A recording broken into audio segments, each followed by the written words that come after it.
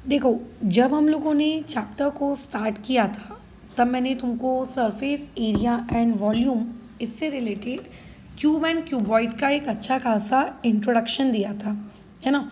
कि क्यूब में ऐसी सरफेसेस होती हैं, क्यूबॉइड में ऐसी सरफेसेस होती हैं, वैसी सरफेसेस होती हैं।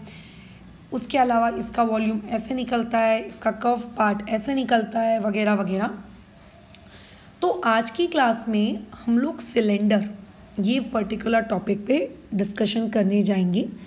हम लोग सिलेंडर वाले टॉपिक को डिटेल में पढ़ेंगे कि आखिर सिलेंडर का इंट्रोडक्टरी पार्ट कैसा है और सिलेंडर वाले पर्टिकुलर सवाल को अगर आए तो किस तरीके से हमें अप्रोच करना है। तो पहले थोड़ा सा पोस्टमार्टम कर लेते हैं सिलेंडर का। आखिर सिलेंडर होता क्या है, ठीक है। सिलेंडर वाली जो शेप है आखिर ये बनती कैसे है। तो सिलेंडर जो है ना वो सर्कल का भाई होता है, ठीक है। जैसे कि आप मान के चलिए आपके पास एक सर्कल है। सर्कल एक 2D फिगर है और जो आप लोगों का सिलेंडर है ये एक 3D फिगर है।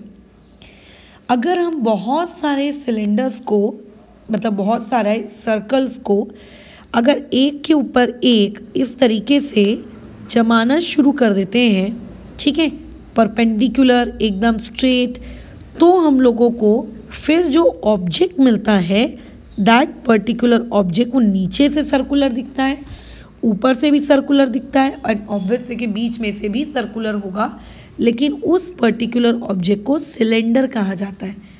तो सिलेंडर क्या है, ठीक है, मैनी सर्कल्स, ठीक है, अरेंज्ड अबोव ईच अदर। इस पर्टिकुलर चीज़ को हम लोग क्या कहते हैं, आप लोगों का क्या कहते हैं, सिलेंडर कहते हैं। डन। सिलेंडर क्या होता है, सिलेंडर एक आपका ऐसा ऑब्जेक्ट है जो एक के ऊपर एक के ऊपर एक सर्कल्स के अरेंजमेंट की वजह से बनता है। अब मैम अगर हमने सर्कल्स की जो शीट ऑफ पेपर है अगर हमने उसको इस तरीके से अरेंज किया, मतलब एक सर्कल फिर दूसरा सर्कल थोड़ा टेढ़ा, फिर तीसरा सर्कल और टेढ़ा, फिर ऐसा टेढ़ा, फिर ऐसा टेढ़ा, तो क्या ये जो अभी शेप बनी क्या ये शेप एक सिलेंडर की शेप होगी। तो यस, नो डाउट ये पर्टिकुलर शेप भी एक सिलेंडर की शेप कही जाएगी। बट फ़र्क बस इतना है कि आपने जो ऊपर सिलेंडर बनाया था इस पर्टिकुलर सिलेंडर को कहा जाता है राइट सर्कुलर सिलेंडर, ठीक है, इसे कहा जाता है राइट सर्कुलर सिलेंडर। और अभी आप लोगों को जो नीचे मैं बता के दे रही हूँ ये टिल्टेड है, थोड़ा सा टेढ़ा है, तो ये आप लोगों का एक राइट सर्कुलर सिलेंडर नहीं है, ठीक है। अच्छा, अब आप लोगों का जो सिलेबस है वो क्या पढ़ने को कहता है। आप लोगों का सिलेबस सिर्फ और सिर्फ राइट सर्कुलर सिलेंडर के बारे में पढ़ाई कराएगा। इवन जो आप लोग नेक्स्ट पार्ट पढ़ेंगे कोन्स के बारे में, उसमें भी आपको सिर्फ और सिर्फ राइट सर्कुलर कोन्स के बारे में ही पढ़ना है, ठीक है। टिल्टेड सिलेंडर या टिल्टेड कोन ये आप लोगों की सिलेबस में है ही नहीं। तो आपके सिलेबस में अगर कहीं पर ये वर्ड मेंशन किया है कि राइट सर्कुलर सिलेंडर, तो उससे नहीं घबराना है, उससे कोई फ़र्क नहीं पड़ता आप लोगों को। अच्छा, आप लोगों के सिलेबस में अगर कहीं पे ये शब्द का मेंशन किया गया है सिर्फ सिलेंडर, तो भी ये मान के चलना है कि उस पर्टिकुलर जगह पर आप लोगों के सिलेंडर यानी कि राइट सर्कुलर सिलेंडर के बारे में ही बात की जा रही है, ठीक है। अच्छा, ओके। तो जैसा कि मैंने तुम्हें बताया कि सिलेंडर बनता कैसे है, बहुत सारे सर्कल्स को जब हम लोग एक के ऊपर एक के ऊपर एक के ऊपर एक के ऊपर एक के ऊपर एक के ऊपर अरेंज करते हैं तो जाके वहाँ पर आप लोगों को क्या मिलता है, सिलेंडर मिलता है। यानी कि अगर मैं तुमसे पूछूं कि अगर भाई मुझे सिलेंडर का ना वॉल्यूम कैलकुलेट करना है तो तुम इन जनरल मुझे क्या सलाह दोगे कि देखिए मैडम, वॉल्यूम का मतलब पूरी दुनिया में एक ही होता है, वो ये होता है कि आप जिस फिगर का वॉल्यूम निकालना चाह रहे हो, ठीक है, आप जिस पर्टिकुलर फिगर का वॉल्यूम निकालना चाह रहे हो उस फिगर का बेस कैसा दिखता है, ठीक है, उस पर्टिकुलर फिगर का बेस कैसा दिखता है, उस पर्टिकुलर फिगर का बेस कैसा दिखता है, जिस भी शेप का उसका बेस दिखता होगा उस बेस का आप एरिया निकाल लो और उसको मल्टीप्लाई बाय आप हाइट कर दो, तो आपको क्या मिल जाएगा? वॉल्यूम। यानी कि वॉल्यूम कैलकुलेट करने का ये एक बहुत ही स्टैंडर्ड तरीका है।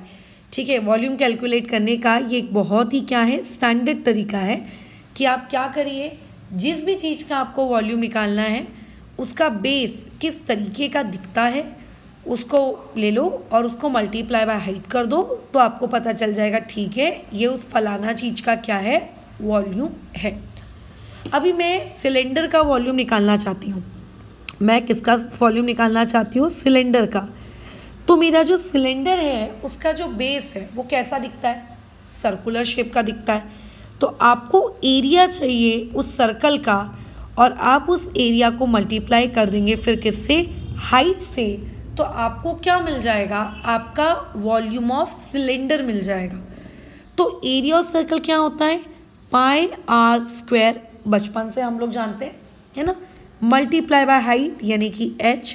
सो देयरफॉर यहाँ से मेरे पास वॉल्यूम ऑफ सिलेंडर ये कितना आ गया? Pi r square h।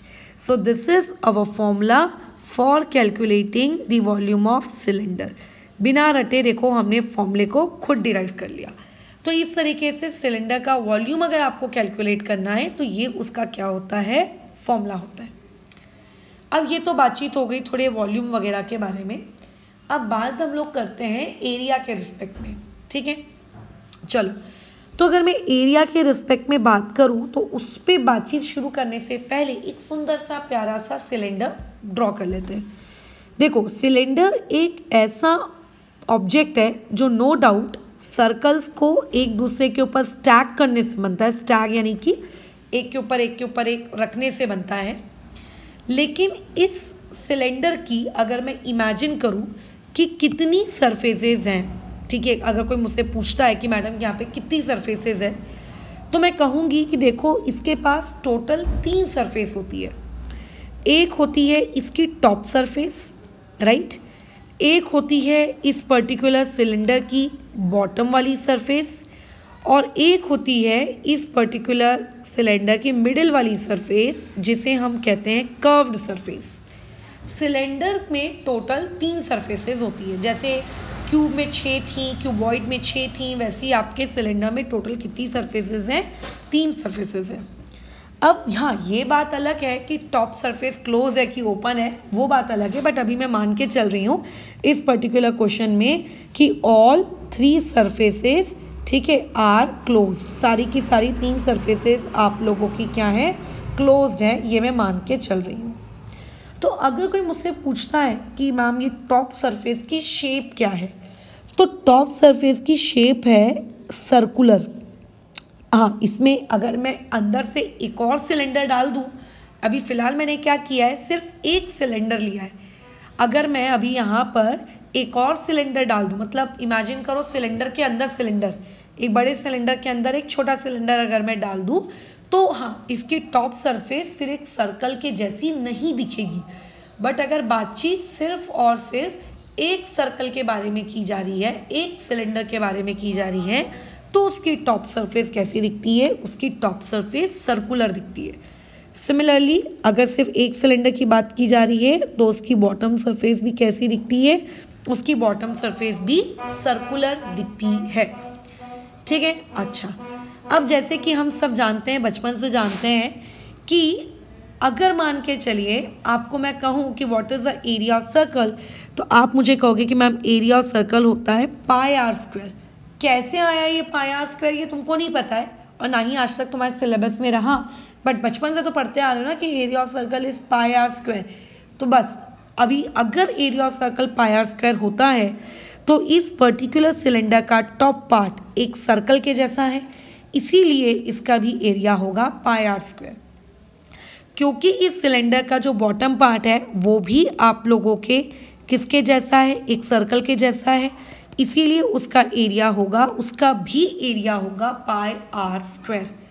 लेकिन जो बीच वाला एरिया है, जो बीच वाली सरफेस है, ये बीच वाली सरफेस मैं मानती हूँ कि बहुत सारे सर्कल्स को मिलाकर बनी है, बट इस बीच वाली सरफेस का एरिया कैलकुलेट करने के लिए, इस बीच वाली सरफेस का एरिया कैलकुलेट करने के लिए हम लोग पाई आर स्क्वायर का इस्तेमाल नहीं करेंगे।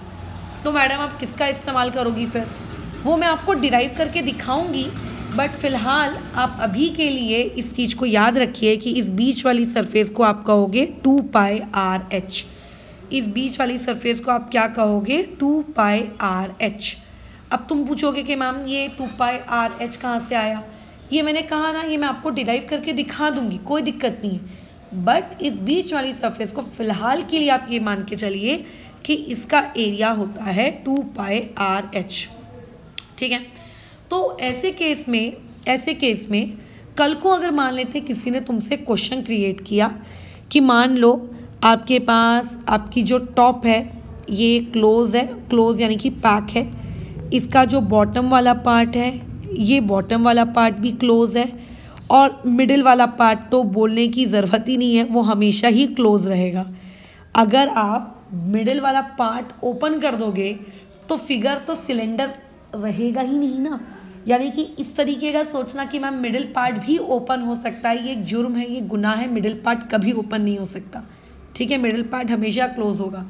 और अगर मैं पूछूं कि बताओ इस पर्टिकुलर सिलेंडर का अब एरिया कितना है, तो आप क्या बोलोगे कि क्योंकि इसके तीनों के तीनों पार्ट्स इसके क्लोज हैं, तो ऐसे केस में एरिया निकालने के लिए हम तीनों को ऐड करेंगे क्योंकि तीनों क्लोज हैं। तो एक हो गया पाई आर स्क्वायर, एक हो गया अगेन पाई आर स्क्वायर, और एक हो गया 2 पाई आर एच।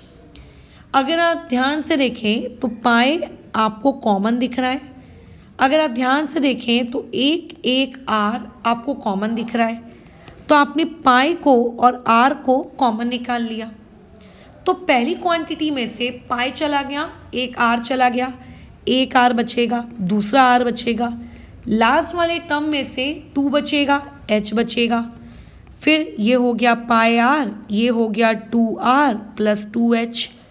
अगेन दिख रहा है कि 2 और कॉमन निकाला जा सकता है, तो ये हो जाएगा 2 पाई आर और ब्रैकेट में आ जाएगा r प्लस h।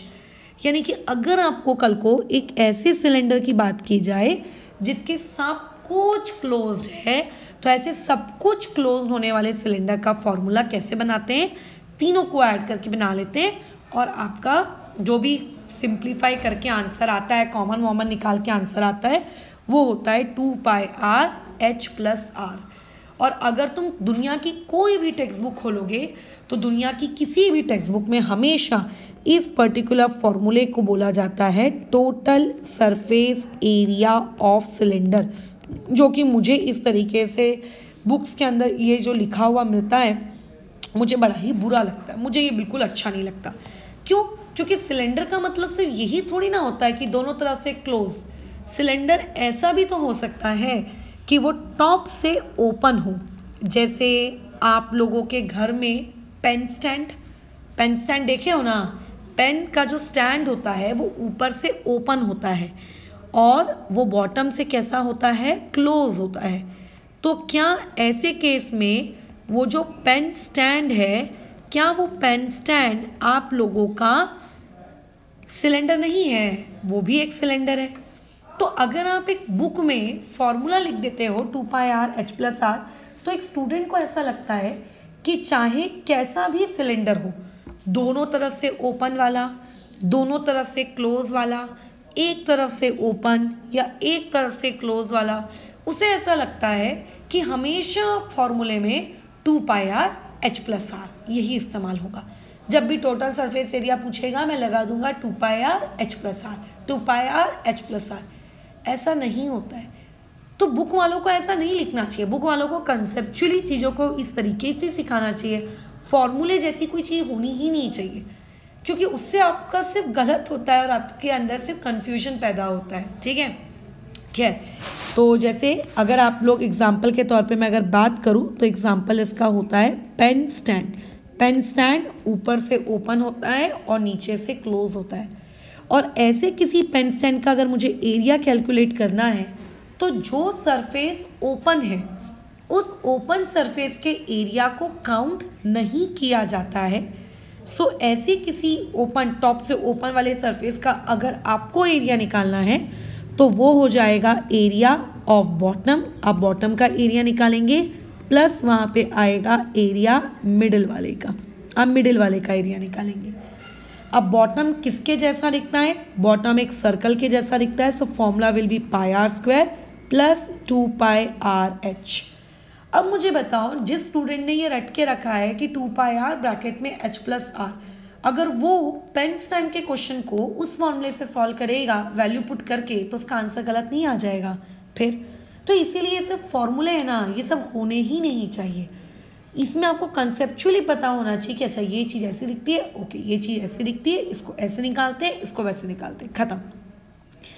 तीसरा क्वेश्चन आपको कैसे पूछा जा सकता है, आपको पूछा जा सकता है कि आपके पास एक ऐसा सिलेंडर है जो टॉप पार्ट उसका ओपन है, जिसका बॉटम पार्ट वो भी ओपन है और उसका जो मिडिल पार्ट है वो क्लोज है। अब कायदे से ना ये वाली इमेजिनेशन मत चलाना कि मैडम अगर तीनों ही पार्ट ओपन हो जाए तो, अरे यार गधो, अगर तीनों ही पार्ट ओपन हो जाएंगे तो ऑब्जेक्ट ही नहीं रहेगा। ऑब्जेक्ट कहाँ रहेगा फिर, वो सिर्फ तुम्हारे ख्याली पुलाव में रहेगा, इमेजिनेशन में। तीनों पार्ट या मैं कहूँ जितनी भी सरफेसेस हैं सारी सरफेसेस ओपन हो जाए, ऐसा नहीं होता। अच्छा, क्या इसका कोई एग्जाम्पल आप अपनी डे टू डे लाइफ में जानते हो? 2 मिनट वीडियो पॉज करके सोचो, क्या आपने अपनी डे टू डे लाइफ में ऐसा कोई सिलेंडर देखा है जो टॉप पार्ट से भी ओपन होता है, बॉटम पार्ट से भी ओपन होता है और लेकिन मिडिल पार्ट से वो क्लोज होता है? क्या आपने ऐसा कोई सिलेंडर देखा है क्या?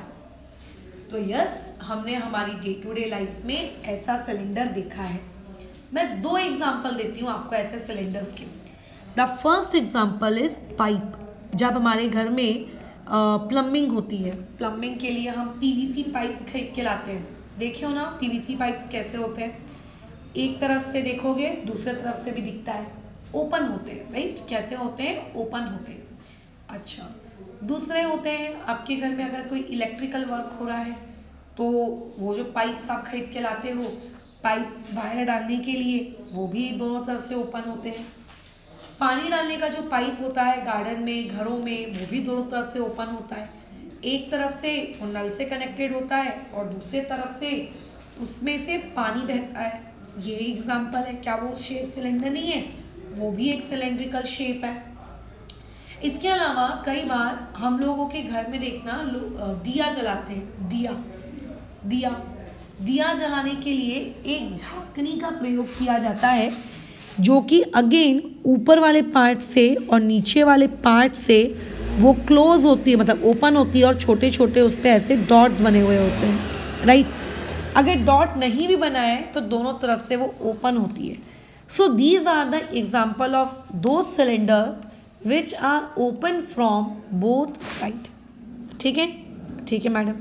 अब ऐसे किसी पाइप का अगर आपको एरिया कैलकुलेट करना है तो क्योंकि वो दोनों तरफ से ओपन है, टॉप से भी ओपन है, बॉटम से भी ओपन है, तो ऐसे किसी पर्टिकुलर पाइप के टॉप पार्ट और बॉटम पार्ट को कंसिडर में नहीं लिया जाता है। उसका सिर्फ और सिर्फ मिडिल पार्ट है ना? तो अगर उसका सिर्फ और सिर्फ बराबर मिडिल पार्ट है तो हम कहेंगे कि उसका सिर्फ मिडिल पार्ट का ही एरिया उस सिलेंडर के एरिया के बराबर होगा। ठीक है, अच्छा ठीक है, ओके। अब मिडिल पार्ट का एरिया कितना होता है? मिडिल पार्ट का एरिया होता है 2 पाई आर एच। ठीक है, मिडिल पार्ट का एरिया कितना होता है? बराबर 2 पाई आर एच। तो ऐसे किसी पाइप का एरिया क्या होगा? 2 पाई आर एच। एंड आप किताबों में ये लिखा पाएंगे कि यही 2 pi r h curved surface area होता है सिलेंडर का। मैं कभी नहीं पढ़ाती किसी भी स्टूडेंट को कि कर्व्ड सरफेस एरिया निकालो, ये करो, वो करो। हाँ, पता होना चाहिए, जैसे कि मैंने अभी जनरल इन्फॉर्मेशन दी, बट मेरा हमेशा क्वेश्चन सॉल्व करने का एक ही अप्रोच रहता है। आप इमेजिन करो कि कौन सी सरफेस ओपन है और कौन सी सरफेस क्लोज है। जो सिर्फ क्लोज है, ठीक है, बराबर आप उनको क्या कर लो, फटाफट ऐड कर लो और वो जो आंसर आएगा ऐड करने के बाद, ठीक है, अच्छा, वो आपका क्या होगा? फॉर्मूला होगा। ओके डन, बस खत्म, है ना। तो ये हमारे सिलेंडर के एरिया के बारे में बातचीत थी। एक जनरल इन्फॉर्मेशन मुझे तुम्हें देनी है। मैंने देखा है कि स्टूडेंट्स इस पर्टिकुलर पार्ट में काफ़ी ज़्यादा कंफ्यूज हो जाते हैं। जब आपका सिलेंडर खड़ा करके रखा गया है, ठीक है, जब आपका सिलेंडर खड़ी शेप में रखा गया है, ठीक है, जब इस तरीके से खड़े वाले फॉर्म में रखा गया है, तो ये होती है सिलेंडर की हाइट, ये होती है सिलेंडर की हाइट। लेकिन अगर आपने इस सिलेंडर को लेटा के रख दिया है इस तरीके से, ठीक है, इस तरीके से, तो ये होती है सिलेंडर की लेंथ। यानी कि आप एक बात याद रखिए कि अगर कई बार लिख के दिया जाता है कि length of the pipe is, है ना, अच्छा, तो ऐसे केस में आप ये सोचने बैठ जाते हो कि भैया मेरे को लेंथ ऑफ द पाइप दिया है, आपने तो हाइट दिया ही नहीं है ना, बराबर, ये बोलने लग जाते हो कि लेंथ ऑफ द पाइप तो देखिए मेरे को दिया है, हाइट तो दी नहीं है, मैं क्वेश्चन को कैसे सॉल्व करूं, ठीक है, मैं इस क्वेश्चन को कैसे सॉल्व करूं। अच्छा, ओके, तो ऐसे में याद रखना यही लेंथ और यही हाइट आपस में इक्वल होती हैं। लेटा दो तो लेंथ और खड़े कर दो तो हाइट, ठीक है, ओके, ठीक है, ओके, अब आगे बढ़ते हैं। अच्छा, ये हो गया एक नॉर्मल सिलेंडर की बातचीत, ये एक नॉर्मल सिलेंडर, बट ठीक है, बट अगर मान लेते हैं हमारे पास एक ऐसा केस हो जिसमें सिलेंडर के अंदर सिलेंडर है, ठीक है, बराबर, सिलेंडर इनसाइड अनदर सिलेंडर, इससे रिलेटेड क्वेश्चंस, ठीक है, आप लोगों के सिलेबस में है। ऐसा मत सोचना मैं कुछ आउट ऑफ द सिलेबस चीज़ें पढ़ा रही हूँ, ऐसा नहीं है। एक ये भी केस हो सकता है। तो सिलेंडर अनदर सिलेंडर वाला केस ऐसा रहता है कि आपके पास एक बड़ा सा सिलेंडर होता है, ठीक है, मान लेते हैं ये आप लोगों का एक बड़ा सा सिलेंडर है। इस बड़े से सिलेंडर के अंदर में आपको एक छोटा सा सिलेंडर फिट करके दे दिया जाता है। तो जब हम छोटा सा सिलेंडर फिट करते हैं तो दिक्कत हमारी आती कहाँ है? दिक्कत आती है हम लोगों की टॉप पार्ट में, ठीक है, ठीक है, ये दिक्कत आती है इसके टॉप पार्ट में और दिक्कत आती है इसके बॉटम पार्ट में। अभी तक जब आप एक सिलेंडर को नॉर्मल सिलेंडर समझ के काम कर रहे थे तब तक आपका टॉप पार्ट एक सर्कल के जैसा दिखता था, तब तक आपका टॉप पार्ट एक सर्कल के जैसा दिखता था, बॉटम पार्ट एक सर्कल के जैसे दिखता था, है ना। अच्छा, लेकिन अब आप लोगों का जो टॉप पार्ट है और अब आप लोगों का जो बॉटम पार्ट है एक सर्कल के अंदर होने की वजह से, ठीक है, बराबर, एक क्या कहते हैं, अंदर होने की वजह से अब इसका टॉप या बॉटम पार्ट एक रिंग के जैसा दिखेगा, एक कंप्लीट सर्कल के जैसा नहीं होगा। नॉट ए कंप्लीट सर्कल, एक कंप्लीट सर्कल के जैसा नहीं दिखेगा, वो एक रिंग के जैसा दिखेगा। रिंग के जैसा मतलब मैडम कैसा दिखेगा? मतलब वो ऐसा दिखेगा कि आपके पास एक सर्कल है और उस सर्कल के अंदर में इस तरीके से एक दूसरा सर्कल है और ये जो दूसरे सर्कल का ये वाला जो पार्ट है, ये वाला पार्ट आप लोगों का कैसे है? हॉलो है। ये वाला पार्ट आप लोगों का कैसा है? हॉलो। मतलब यहाँ पे कुछ ओपन है, ओपन है, ये वाला पार्ट ओपन है और ये वाला जो पार्ट है, ठीक है, ये वाला जो पार्ट है, ये ऑरेंज कलर का ये वाला जो पार्ट है, ये वाला पार्ट आप लोगों का कैसा है? ये वाला पार्ट आप लोगों का कैसा है? क्लोज है। क्या ये क्लोज पार्ट आपको एक सर्कल के जैसा दिख रहा है क्या? नहीं मैडम, ये क्लोज पार्ट हम लोगों को एक सर्कल के जैसा नहीं दिख रहा।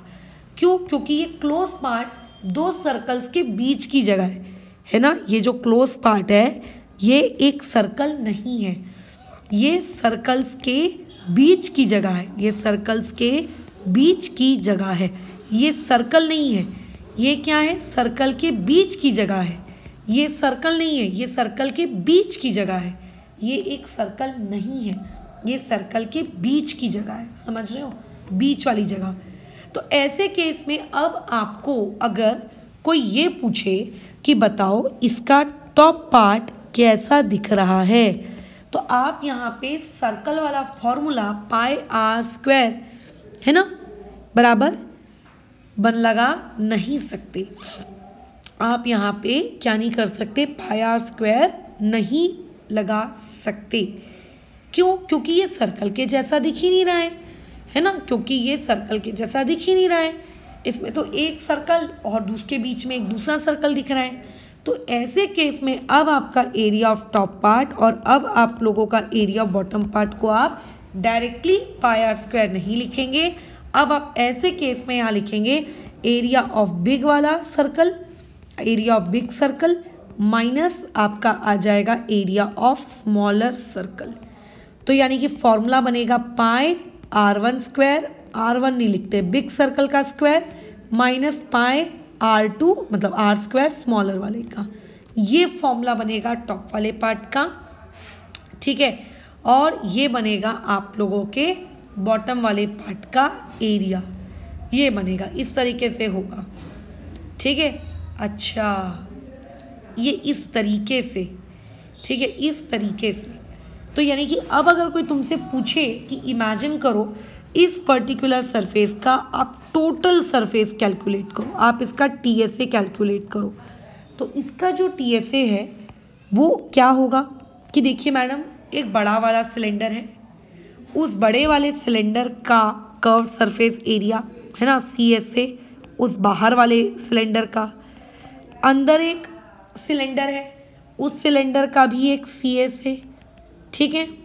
बाहर वाले और अंदर वाले सिलेंडर में अगर आप उनके टॉप पार्ट को देखें तो ये ब्लू वाला पार्ट आपका ओपन है, तो उस ओपन पार्ट का तो एरिया लेने की ज़रूरत नहीं है, उस ओपन पार्ट का तो एरिया लेने की ज़रूरत नहीं है। तो जो टॉप पार्ट का ये वाला एरिया है ये कैसा दिखता है, अभी हमने बताया ये पाई आर मतलब आपका पाई आर बिग का स्क्वायर माइनस आर स्मॉल के स्क्वायर के जैसा दिखता है। और ऐसा ही एक सेम एरिया नीचे भी है, तो मैं इसको 2 टाइम्स लिख सकती हूँ, तो ये आएगा इस पर्टिकुलर सिलेंडर का एरिया, ठीक है। अच्छा, ये आएगा उसके बाद उसके नीचे का टोटल एरिया, ठीक है। चलो अब आगे हम लोग काम करते हैं, है ना।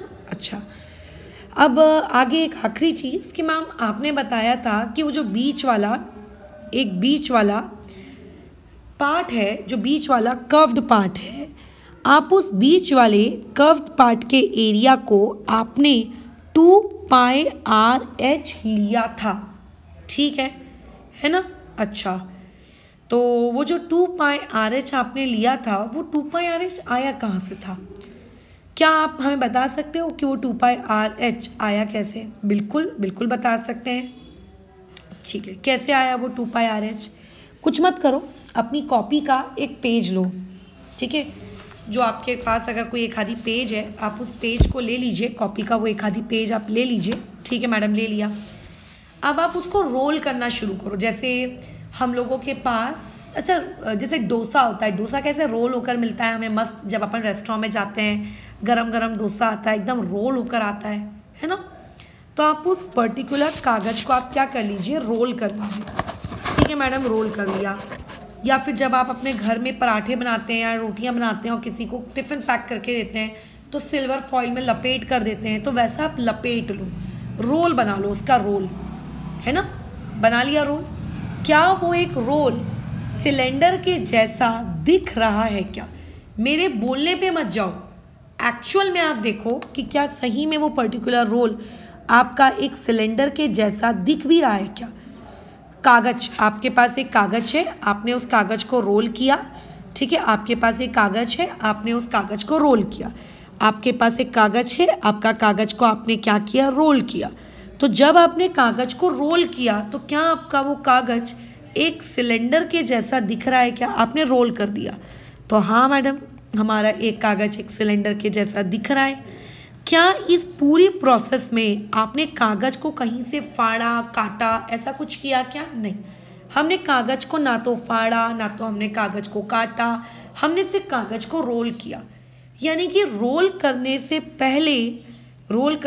पहले उस कागज़ के पास जितना एरिया था, है ना, उस पेपर के पास जितना एरिया था, रोल करने के बाद भी उस पर्टिकुलर, ये ऊपर से ओपन है, अगर आपने कागज़ को रोल करके अभी देखा है, जो कि मैं कह रही हूँ, वीडियो को पॉज करो और करके देखो, तो आप ये कहोगे कि मैडम दोनों तरफ से तो ओपन है, सिर्फ और सिर्फ ये बीच वाला ही एक ऐसा पार्ट है जो कि क्लोज्ड है।